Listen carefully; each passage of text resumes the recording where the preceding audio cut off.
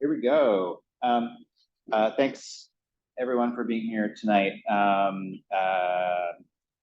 Normally we have folks from outside, like who are not regulars here or not organizers here who are presenting. So that means it's a special occasion if I'm up here, and it is, and I'll tell you all about that. So I'm going to talk about principles and governance. This is like not the kind of talk that I probably would have come out for a few years ago, but now stewarding a community and working in digital government, I really appreciate the value and importance of these things. So I'll tell you where I'm going with this ultimately, which is that we're setting up a steering committee for Civic Tech Toronto. I'll say more about that at the end. First, I want to talk a bit about the things that I think make this a pretty neat community as a bit of an explanation for why we're starting a steering committee and what it is. I'm going to start with, you may have seen this in the news, that Toronto is the loneliest city in Canada. People were talking about that this week. That was a headline finding in the Vital Signs report, which is the report that the Toronto Community Foundation produces every year to tell us about like how things are going in Toronto. The story's not very good this year. Besides loneliness, I noticed the summary line in the report. The pandemic has accelerated a longstanding decline in friends and family networks, donations, and volunteering. So it's a pretty bleak picture. In terms of civic engagement, the only positive thing that the report pointed to was the growth of mutual aid societies through the pandemic. Though there wasn't, I didn't catch any information there about like how those mutual aid societies are doing now post-pandemic. But this resonates, right? This idea that civic engagement is in decline.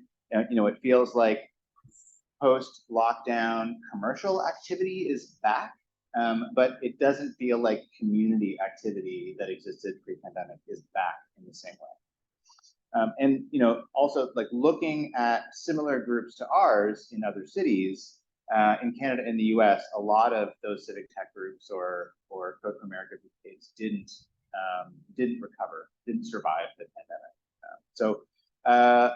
Happily, Civic Tech Toronto is doing okay. Growth isn't the indicator, that it isn't the thing that's most important to us, but it's easy to measure. And so at some point this year, we crossed the milestone of 6,000 members on our meetup.com page. And that number is up 12% since a year ago. We switched from online only to hybrid Hacknights almost exactly a year ago. And our RSVPs and attendance are way up since then. So you can kind of see about a year ago, we really like noticeably increased the number of RSVPs that we're getting. And attendance is like pretty closely followed by the RSVPs. The indicators that are a little harder to measure but are important to us are things like the number of new participants, the number of new volunteers, and the number of breakout groups that are being run each week. So intuitively, I think that those things are doing pretty well. And so this feeling like we're in a kind of moment of strength as a civic tech community makes this a good time to sort of be thinking about resilience and sustainability, which is where we're going to go. But I think that the reason that we're doing pretty well is because how we work is grounded in some thoughtful principles and practices. So I want to say a little bit about that. Sorry for all the words in this slide. But I want to just like really quickly touch on these things. So I think they're important, and I think that they're one of the things that makes this community distinct. Caveat: I wrote these. Co-organizers have talked about these things over the years, but if someone else, one of the other volunteers was up here giving this presentation, they would probably describe these things a little bit differently. So the eight principles that I think are really important: acknowledging the reality of volunteer community organizing, that like volunteers are going to come and go, and civic tech volunteer responsibilities are not going to be at the top of anyone's priority list, and they shouldn't be at the top of anyone's priority list. So like designing for that. Being resilient to avoid dependence on any specific people for any specific roles, making sure that there's like a couple of people who can step in, at least a couple of people who can step in if someone's not able to make it that night, those kinds of things, and then documenting tasks and systems clearly. Respecting volunteer time and contributions by being really clear about what expectations are, what commitments, what commitments involve, and hopefully what volunteers get in return. Being a welcoming environment that makes it easier for people to like find out what this is, to feel welcome when they arrive, to learn about Civic Tech and get involved. Focusing on Hacknights, we like the folks here are like really have lots of great ideas, and over the years we've done lots of cool things besides Hacknights, but it's really important for us to remember that like Hacknights are the core of what we do, in that if we do other things, that's cool, but Hacknights need to come first. They're the kind of the bedrock. Doing Civic Tech, that the best way to contribute to Civic Tech Toronto is actually by leading a Civic Tech project, not necessarily by volunteering, and I'll say more about that later. And then making it fun, like trying to like do as much things that are as many things that are as fun as possible, and then avoiding stuff that's not fun. I think this is a real challenge for a lot of volunteer organizations, that there's always some not fun tasks to do, and so being very intentional about trying to keep that as minimal as possible.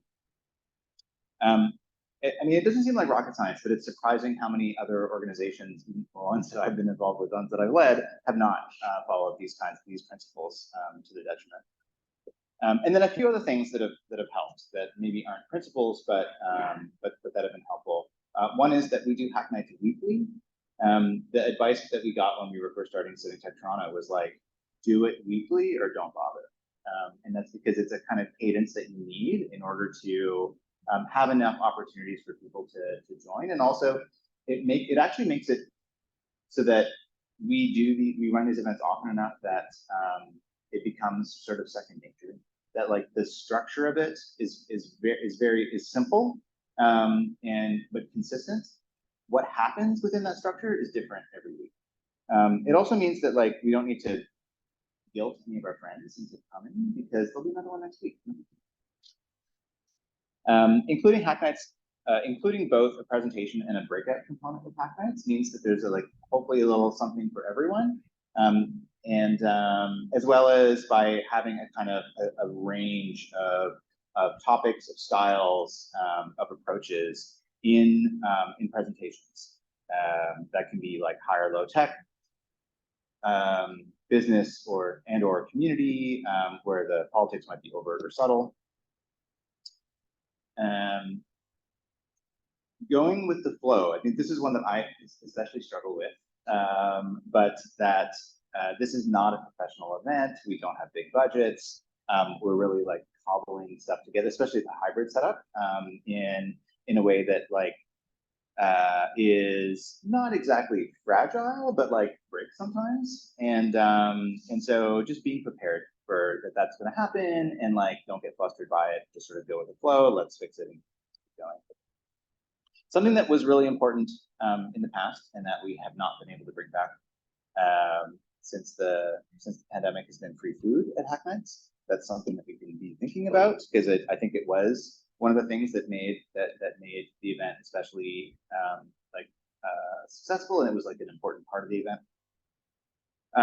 But now having online and in-person options, a couple of people mentioned that in their intro, is like that's important. So yeah, some of the things that are important to us.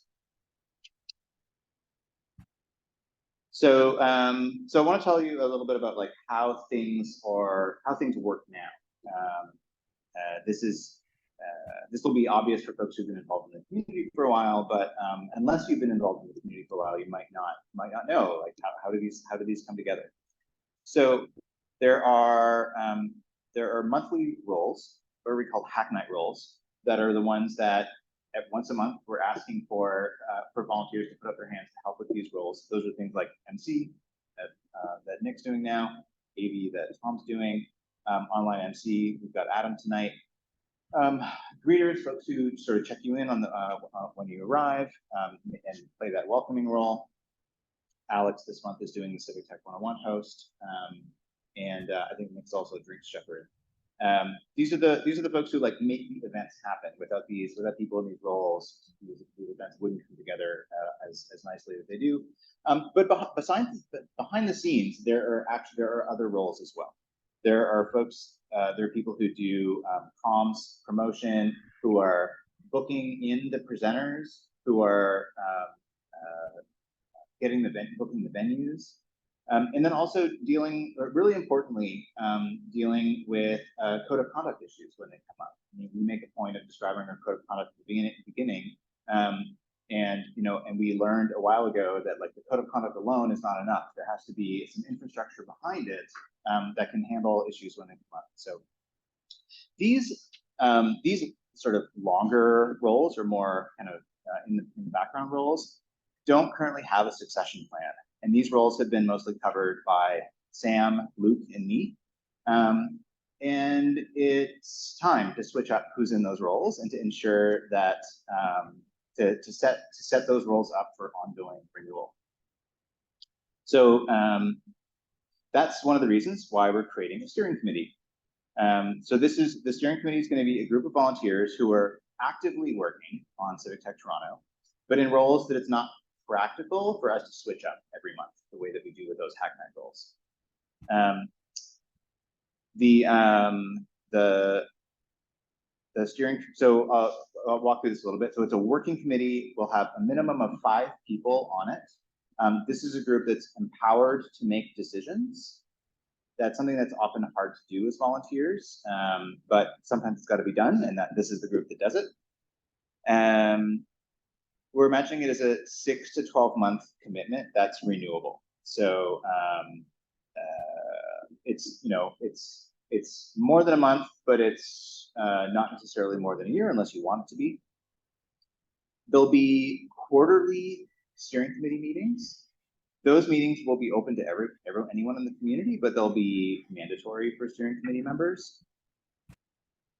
For folks in the steering committee, you don't actually have to come to Hacknights.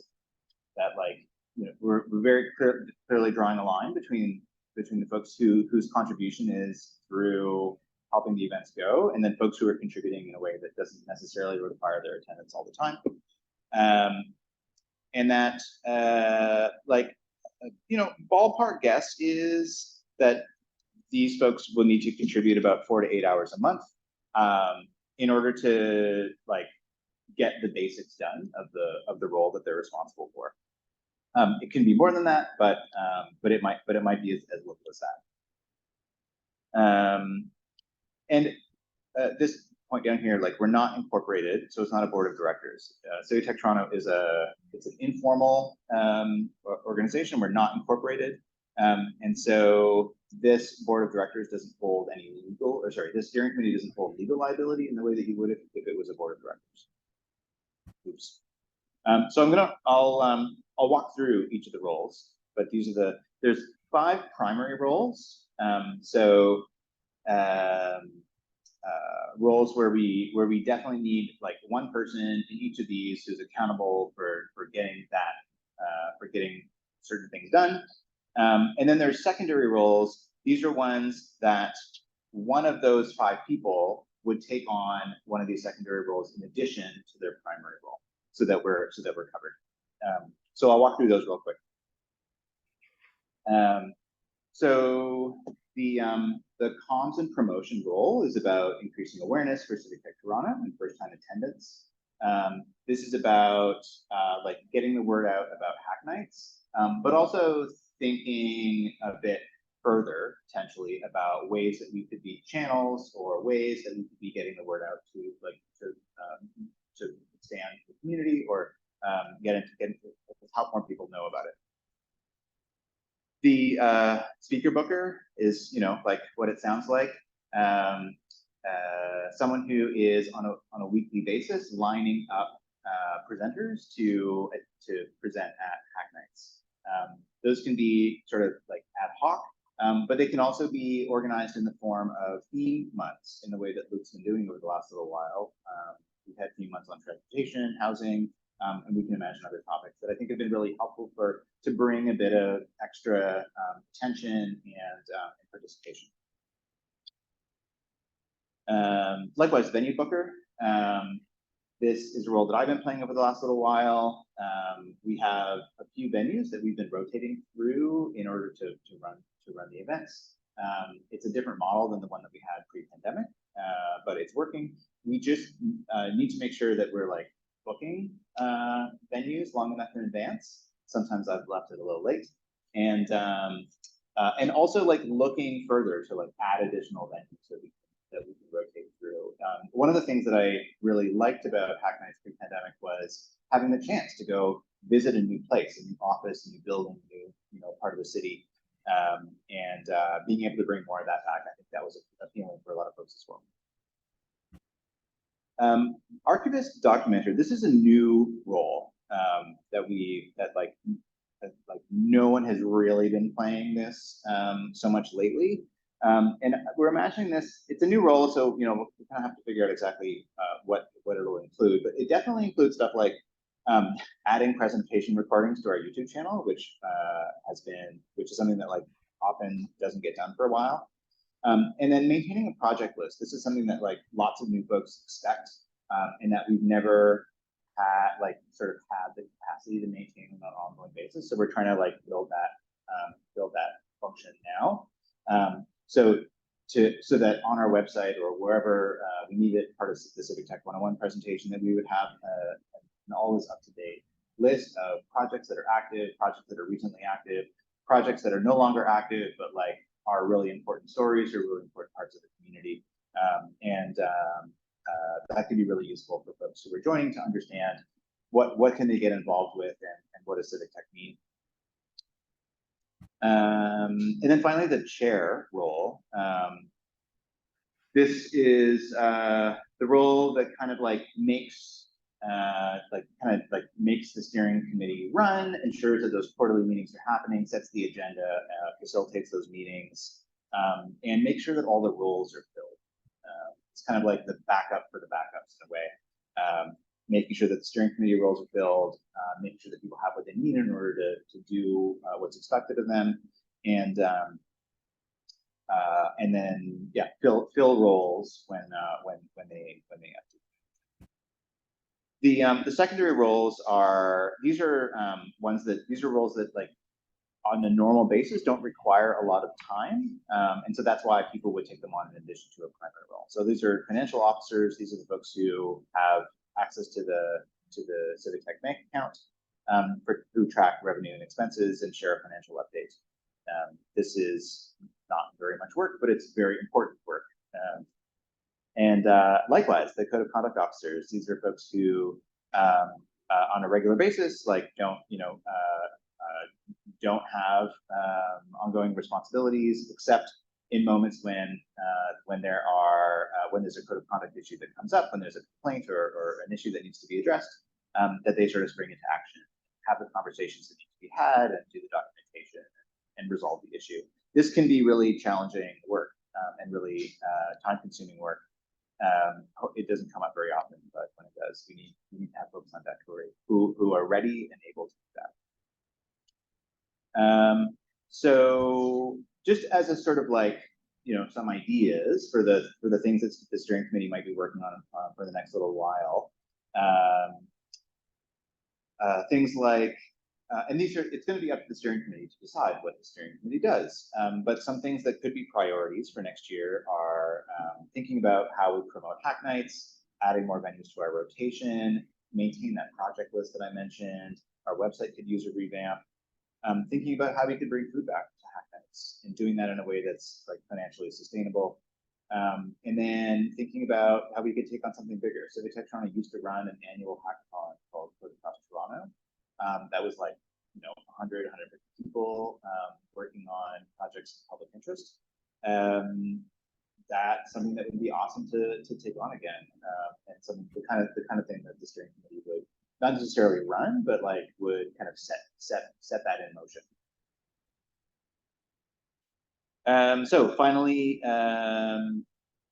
about how to join. the steering committee. So it's going to be by application.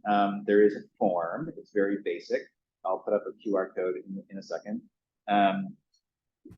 Actually, I'm not going to put up a QR code in a second. I didn't add a QR code to this, unless you did, Alex. Oh, you did. Okay, great. Alex added a QR code. Fabulous. So the form's very basic. You just have to specify which role or roles you're interested in, and then if you would like, offer an explanation for why you'd like to join the steering committee. I want to do this quickly, so we'll open the applications for a couple weeks, and then make decisions within a week, and then have the first committee meeting online a week after that. So as the current chair, I'm going to be contacting applicants and selecting the new steering committee. The selection process in the future will hopefully evolve to be more collaborative, but that's how we're doing it now. How many people we ultimately invite to the steering committee will depend on how many people apply. One thing that I want to reinforce is that the steering committee is only one way to contribute to Civic Tech Toronto. In fact, I would say that it's the fourth best way to contribute to the community.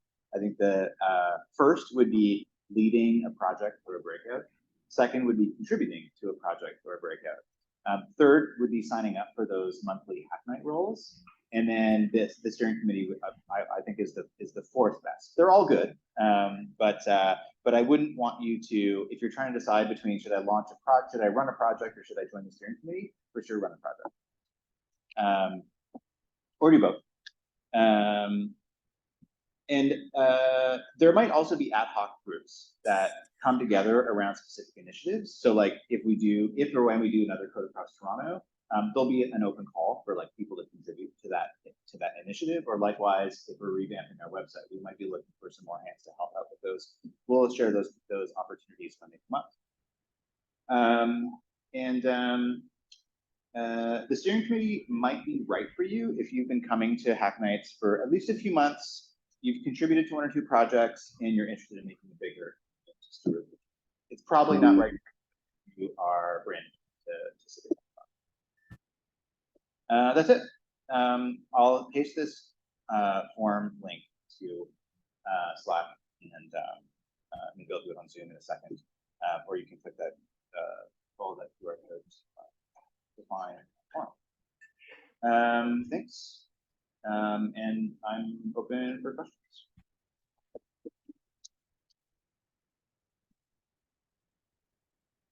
Awesome. Thank you very much. People joining online, if you have a question, please write the letter Q in the chat, as usual. Can you stop sharing this? Oh yeah, good call. If you're in the room, just raise your hand, and we'll get a mic out to you. Anybody have anything to ask? Oh, we have some in the room. Your hands up.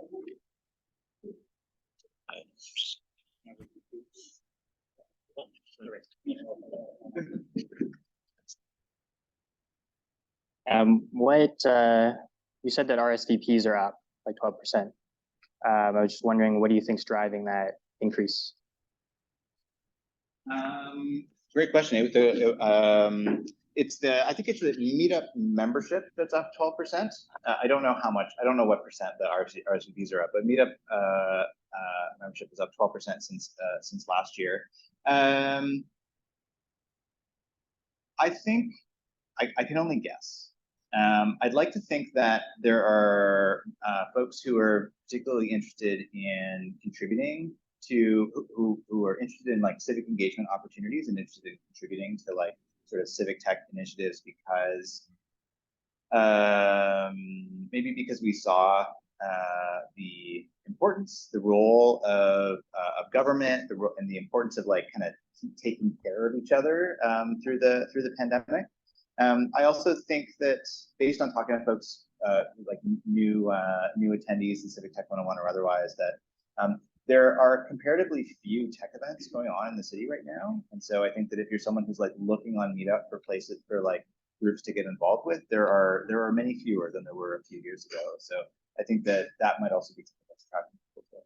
those are my guesses, but there might be others. We have a question from Luke in the chat. Thanks, Gabe. I'm actually maybe a question, maybe a prompt. You talked a lot about code across, as something that maybe the steering committee would put a little focus or effort on.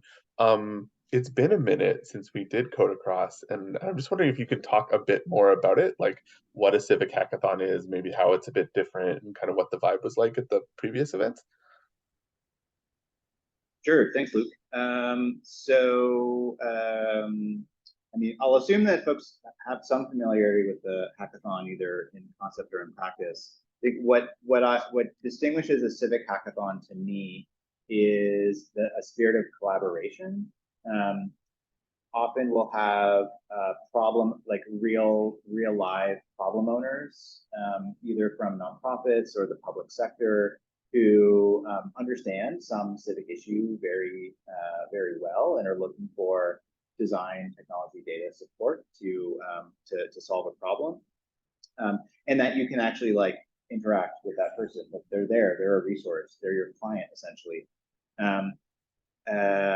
I think a real focus with civic hackathons is it's non-competitive in the sense that there's everyone's a winner, and that there's a real focus on learning. That the reason that we're there is to meet people, and it's to learn, either learn sort of technology or design stuff, or learn about the civic issues that are the challenges.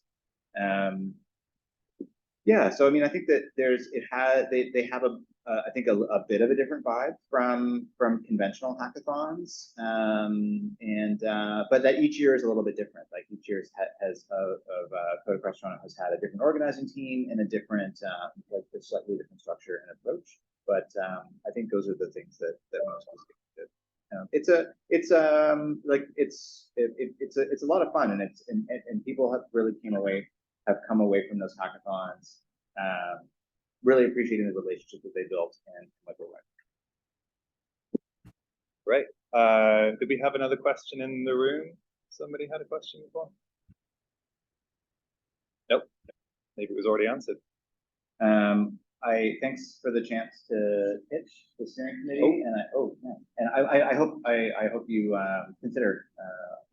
Sorry, we do have some 11th hour questions. Jeff online, would you care to ask a question? Hey, Gabe, question for you and for folks that are running the show now. What does I know that things will be a little different when a steering committee comes in, but what does a typical month look like for running this organization? Like, what are the kinds of things that come up? Where does the most time go? Those sorts of things. Thanks, Jeff. I think it depends very much on your role. I think what we've managed to establish over a few years is a set of distinct roles that can kind of work independently, but that all sort of come together in a nice way to help make the events happen. The month for the venue booker, the month for the speaker booker is going to look like keeping an eye out for cool stories about civic tech projects or challenges in the city. Always keeping an eye out for people who might be good presenters. Whereas for the venue booker, it's going to be looking out for sending emails or making contacts with folks who might be interested in hosting. So they're very different based on the roles, and we've managed to make it so that we don't have a ton of meetings. We meet quarterly as a kind of minimum viable, staying in touch and coordinating. But we really try to keep the meeting time and the admin time to a minimum, and let people focus on doing the sort of basics of the role in order to make the event happen and make the community, to steward the community. Does that answer your question? Yeah, I guess I was curious, the different roles might be different, but I'm just curious about which things take up the most time or the most effort. I mean, I think that I think the basics is that the roles are all pretty similar in terms of the level of effort required to do the basics.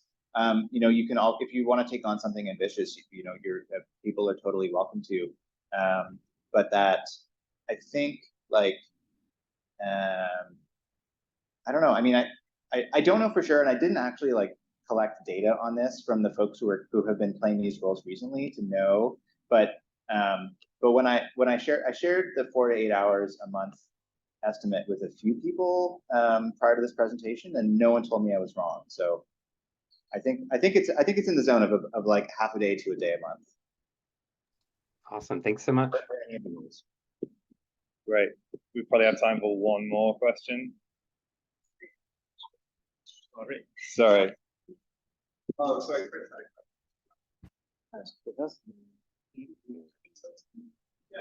Mine's more of a comment. I mean, so like I previously done a lot of community organizing, and so like retention and thinking about how you establish your base is something that like is very, very challenging, and like actually a pretty hard problem.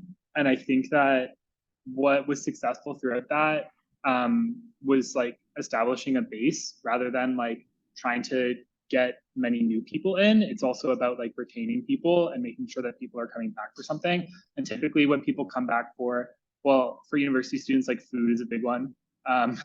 But really it's like the community and the people who they're interacting with. And I feel like if the goal is to have more, like the big goal outcome is to have like more projects, more people contributing to projects, then that's going to happen through people like having that sense of community and retention throughout. So I feel like the introductions are a great way to engage that and get people involved. But I think it's something to keep in mind like throughout the meetings, as how we're creating a community and how we're putting people together in new ways, rather than just like the speakers and then I don't know. Which the speakers are great and like super engaging and really interesting. But I think if the goal is to like have more projects, then focusing on the community aspect is a really important part of Civic Tech.